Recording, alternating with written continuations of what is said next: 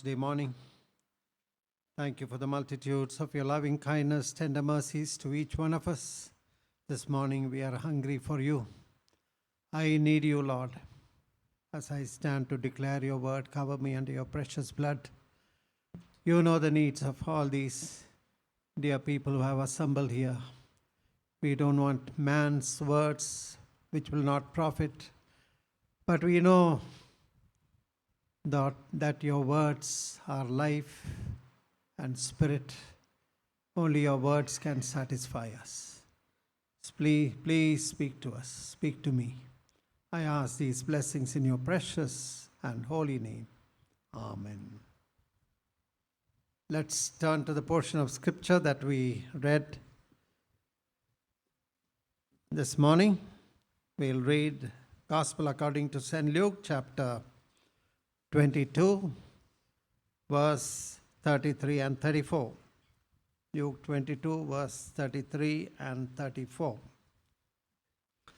And he said unto him, Lord, I am ready to go with thee, both into prison and to death. And he said, I tell thee, Peter, the cock shall not crow this day, before that thou shalt thrice deny that thou knowest me. Here was Peter proclaiming, Lord, even if others deny you, I will not deny you. Even if I have to die, I will not deny you. But Jesus was warning him, Peter, before the cock crows next morning, you will deny me thrice. Peter's unfortunate fall is recorded in all the four Gospels. Not all the incidents are recorded in all the four Gospels. But this means that it was important, it was well known, and it was an unfortunate fall. It would have added more pain to the sufferings of our Lord, because Peter was the leader. He was in the inner circle. Peter, James, and John, the three core trio disciples, formed the inner core, and he was the chief, like a leader or a spokesperson. He always was the first person to express the idea or desire of all the disciples. He would speak out. He would be the first person to speak out. Being a leader, chief of these 12 disciples, it was very sad at the time of our Lord's suffering. Peter had such a terrible fall, this denial of our Lord Jesus Christ. It was a terrible fall, and we might have, if we had not read the Gospels, later on we would have written we would have written Peter off. There is no hope for such a man to be restored. But we see that Peter was restored. He humbled himself. He wept bitterly. We recognize his sin, wept bitterly, and Jesus restored him to such power and authority that God used him mightily later on. I think that Peter's fall and restoration are fully recorded to set forth the greatness of our Redeemer's power, his compassion as well as power. On one hand, we see human weakness. Peter is a representative of all. We also, in many times in our zeal, we say we will do this for the Lord. We will not deny. We will do such and such a thing. But alas, when the rubber meets the road, we find that very often we fail our Lord, and sometimes deny the Lord and we fall miserably. Now, Peter's fall or failure and restoration is recorded so that nobody should be disheartened or lose hope. Nobody should say, there is no hope for me. So Peter was a believer. He was not like Judas Iscariot. I don't think Judas was saved. He went to his rightful damnation. He had some remorse, but he did not truly repent like Peter. Now, certain things regarding Peter's fall. It was a very sad fall because it was the fall of one of the foremost or favored Christ's disciples. We read in the 16th chapter of Matthew, from the 15th verse, he said unto them, whom say ye that I am? Jesus was asking. 16th verse, and Simon Peter answered and said, thou art the Christ, the Son of the living God. And Jesus, 17th verse, and Jesus answered and said unto him, blessed art thou, Simon Bar-Jonah, for flesh and blood hath not revealed it unto thee, but my Father which is in heaven. So Peter had exceptional revelation of Jesus Christ, such revelation that nobody else had or nobody else could express. Thou art Christ, the Son of the living God. It was a very exceptional revelation which was given to him by God the Father. Flesh and blood has not given you this revelation, but God has given. So many times Peter had such wonderful revelation, even the Mount of Transfiguration. He saw the Lord Jesus Christ transformed, transfigured. Of course, they only had glimpse, Peter, James, and John.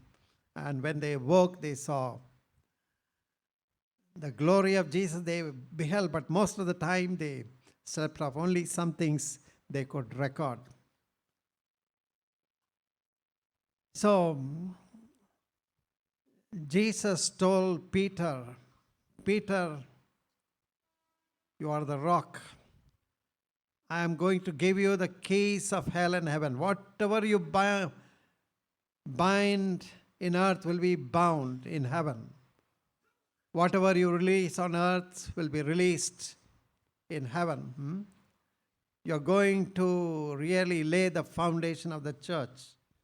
So much of revelation, responsibility given to Peter, but to see such a person denying the Lord, it was something terrible to think about. So Peter's denial, it was denial by one who was very close to Jesus, who had such tremendous revelation. Secondly, it was sad because Jesus had specifically warned him. You find that in 31st and 34th verses, Luke 22nd chapter. And 31st verse says, and the Lord said, Simon, Simon, behold, Satan hath desired to have you, that he may sift you as wheat. 34th verse, he said, I tell thee, Peter, the cock shall not crow this day before that thou shalt thrice deny that thou knowest me. It was a very clear-cut warning that Peter ignored. We need to be cautious Are we sleeping over the warnings God gives us? God gives us many times cautions, alerts, warnings. He warns us from the Word of God. Unless you repent, you will all perish. Turn from your sin. Turn from your sins, otherwise you will perish. Straight and narrow is the path. Straight is the way. Narrow is the way. Straight that leads to heaven. Broad is the way that leads to destruction. Many are walking on it. We are warned again and again, sometimes in your personal lives, maybe through sickness, through friends, through attending a church service, preaching of the Word of God, you are warned. Through sickness or sudden escape from danger, you are warned that you should not continue in your sin and disobedience. Now, Peter was warned directly by the Lord, but then again, he seemed to ignore. That is something part of our human nature, and we need to be very cautious. That point with regard to Peter's fall, the guilt of Peter's sin is enhanced by the fact that it came so soon after his claim to fidelity. I will be faithful to Christ. Even if I have to die, I will not deny him. He had expressly stated, claimed that even though others will run away or deny, I will not deny. But very soon, he seemed to have forgotten, evaporated whatever he had said. And 3 times he denied that he ever knew the Lord. We find that in 33rd verse, we need not turn to it. Observe also that Peter's sin had degrees. First time he denied. Second time he denied with an oath. Third time he denied with cursing and swearing. I swear by God, I don't know this man. I don't know this man who is called Jesus. It is very sad. It is found in Matthew 26, 70, 71, 74. We need not turn to it. So this was done very close to where the Lord and Master was suffering all insults and all torture and spitting and smiting. He was enduring all these kinds of torture at a time when Peter, he was supposed to be a moral support for the Lord, but he was denying. It would have been very painful for the Lord. Now, when we analyze why such a great apostle, somebody so close to the Lord, fell, we have to examine our own lives. Where do we stand? How can we prevent ourselves from making such a fall? Why did Peter fall? First of all, because of fear of man. What will happen if I say that I am also one of the disciples? I will also have the fate like Jesus. I'll be arrested. Maybe I'll be crucified. Proverbs 29:25 says, the fear of man bringeth a snare. But Jesus said, if you confess me before men, I will confess your name before the Father in heaven. So how are we living for God today in our offices, place of work, institutions of study or work? Are we denying the Lord Jesus Christ?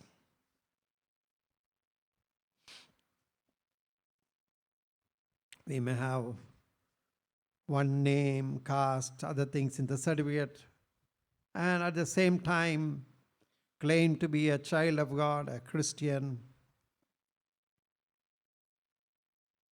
Aren't you denying the Lord Jesus Christ? So secondly, it was not only the fear of man, it was overconfidence. For Peter, one of his weakness was overconfidence. It was this overconfidence that made him to claim, though everybody else, Matthew 26:33, Peter answered, though all men shall be offended because of thee, yet will I never offend. 34th verse, Jesus said unto him, verily I say unto you, that this night the cock shall not crow before you have denied me thrice. So overconfidence. Now we also think this cannot happen to Peter because he was one of the most bold, most outspoken, most hasty.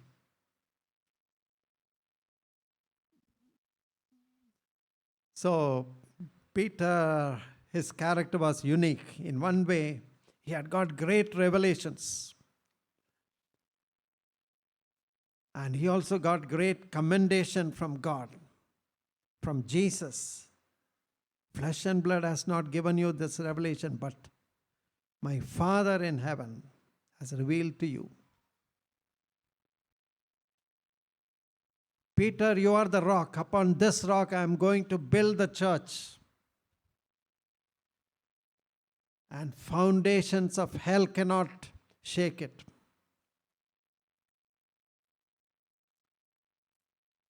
But at the same time, Jesus had great rebuke for Peter. Shortly after this, when Jesus was talking about the cross, I am going to Jerusalem. The Son of Man will be delivered into the hands of sinners, and will be third day I'll be crucified and rise again the third day. Peter rebuked him. This will not happen to you. This will never happen to you. As if to say, we are there. This will never happen to you. But what was he doing? He was towing Satan's line. That's what Satan offered Jesus in the temptation in the wilderness. You worship me, you bow down and worship me, I'll give you everything. The kingdoms of the world, all the glory of the kingdoms. You don't have to go to the cross. That's an easy way to inherit, get all the kingdoms, the glory thereof. You just bow down and worship me. So here was Peter towing Satan's line. This will never happen. But Jesus rebuked Peter. Get thee behind me, Satan. You are not understanding the things of God. You are just blabbering the things of man. So Jesus gave very strong rebuke to Peter also at times. So Peter needed that kind of rebuke and training. I do not know how much we need such rebukes. So Peter's overconfidence is rooted in pride. I know everything.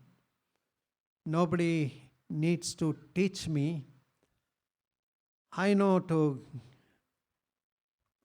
get along and get what I need.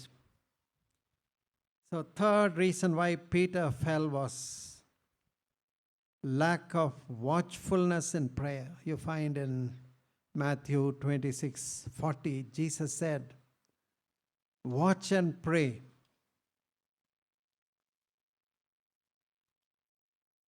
that ye enter not into temptation. 41.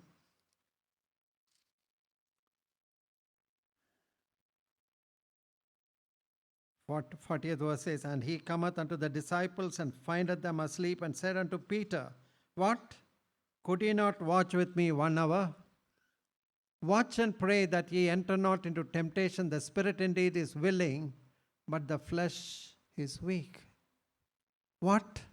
Could ye not watch with me 1 hour? Jesus had told them, Peter as well as the other disciples.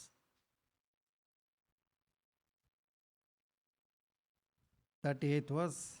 Then said he unto them, my soul is exceeding sorrowful, even unto death. Tarry here and watch with me.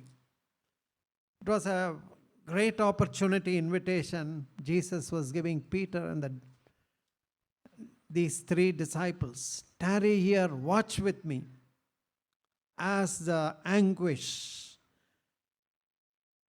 came upon him, the thought of bearing the sins of the whole world upon himself on the cross, to become sin. He who knew no sin became sin for us, that we might become the righteousness of God in him. But alas, these warnings, Peter, not only Peter, the other disciples, James, John, and all the others, they had no strength to really watch and pray, and that is why they could not stand in the hour of temptation. We need to watch and pray. In the fellowship we are taught the importance of prayer. If you want to overcome temptation, if you want to overcome your flesh, the temptations of the flesh, and you need to crucify the flesh, you need to watch and pray. Satan is just waiting to trip you. He knows your weak points. You need to watch and pray. You need to fast and pray. In this Lenten season, many people, they forego certain things. Yes, it is good to sacrifice, forego, but very important is your heart condition. Are you humbling yourself before God and watching and praying? So all these things are associated with humbling. Daniel prayed with sackcloth and ashes. Nehemiah. People of Nineveh, they humbled themselves. They fasted. Let not man or beast eat or drink anything. They all put on sackcloth, repented and humbled themselves. So we need to recognize our sin, our weakness, humble ourselves, watch and pray. Lack of watchfulness was one of the causes for Peter's fall. And we see that he followed the Lord afar off, Matthew 26:58. He did not go too close to the Lord lest he be caught. But he followed afar off. At least he followed, whereas the other disciples fled, except probably John.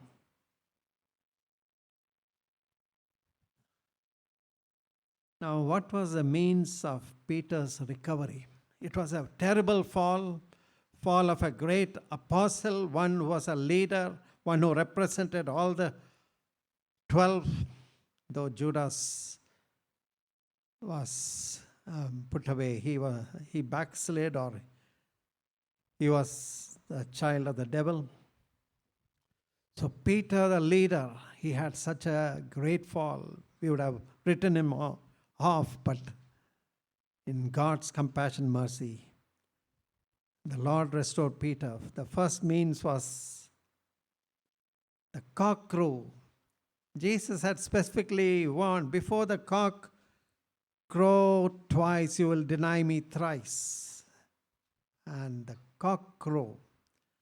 I think we all need, or we may have such cock crowing to remind us of our failures, backslidings, of our sins, how we injured or displeased God.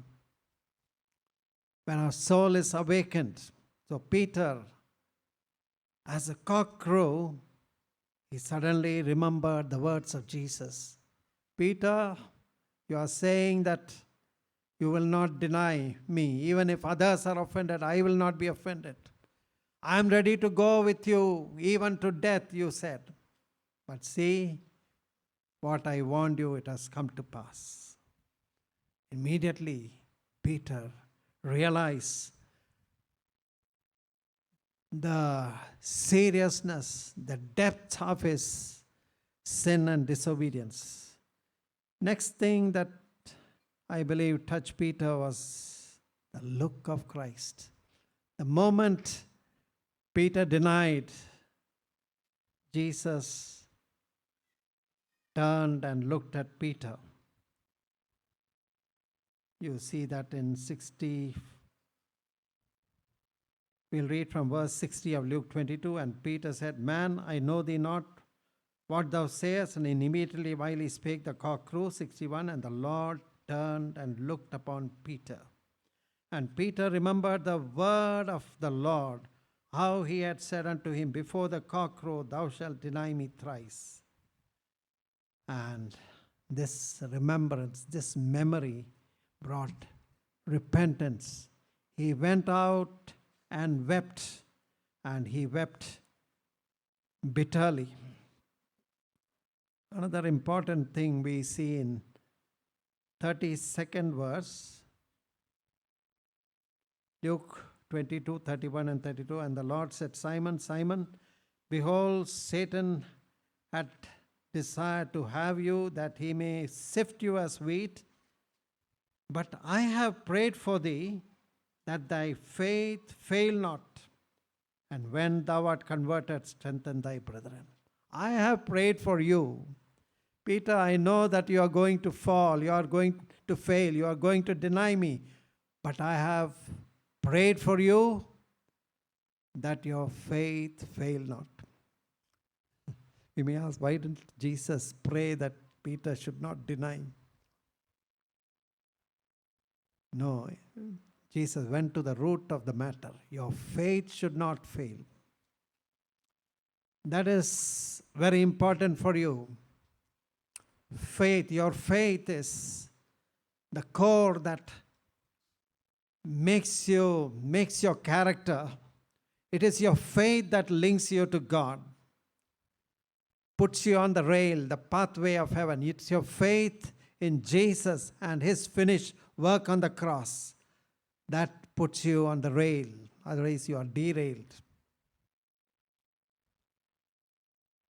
So, it is a prayer of Jesus that made Peter to really get restored. What are the signs of Peter's restoration or repentance? He went out, 62nd verse, he went out and wept bitterly. He wept and he wept bitterly. It is a blessed sign when you leave the wicked company. What was he doing? He had joined with the servants of the high priest who had lighted the fire, warming themselves at a time when Jesus was bearing all the insults and ignominies. Peter was making himself cozy, comfortable with the enemies of Christ. But now, when he is convicted, he goes away from that company and he goes out and weeps bitterly. Now, I'd like to skip a few things. I would have liked to tell a lot on how God used Peter in the later days.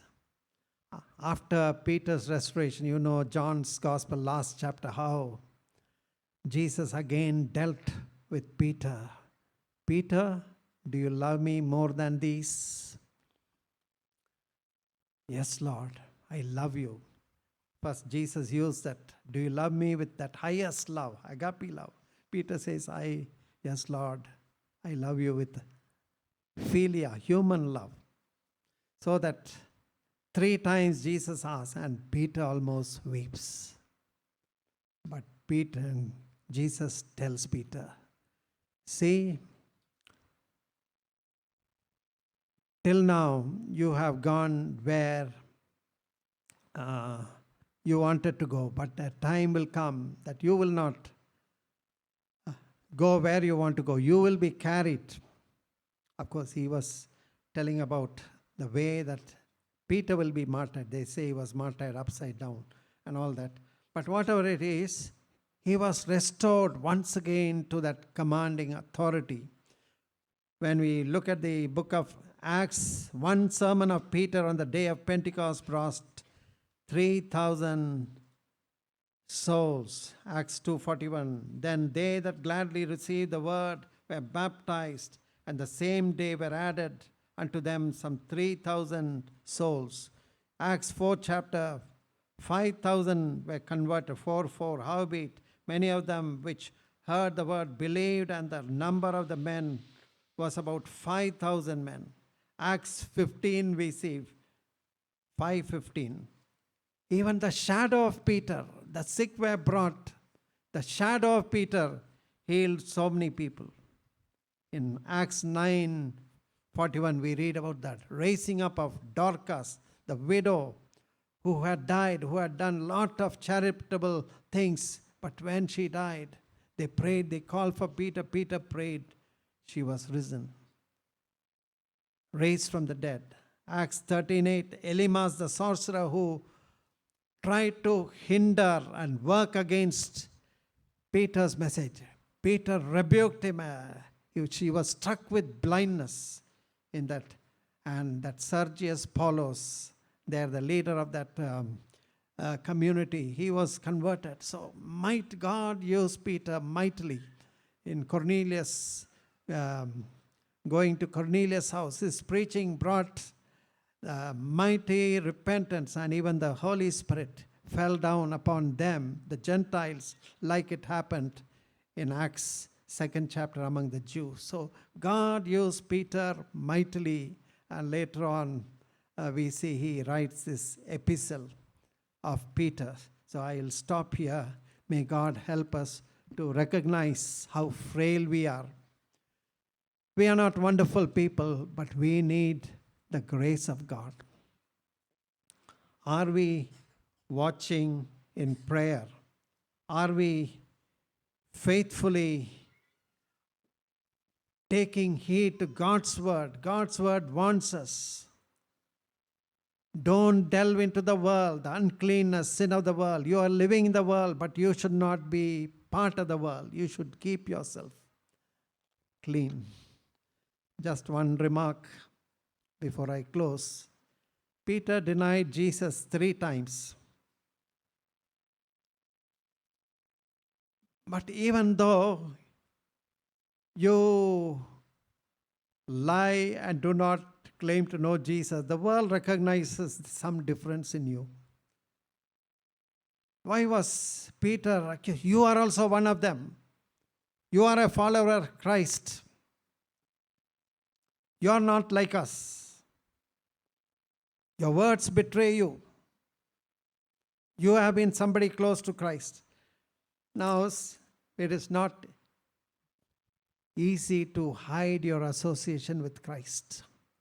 If you have really tasted Christ, there will be some difference in your life, some impact that will come upon others.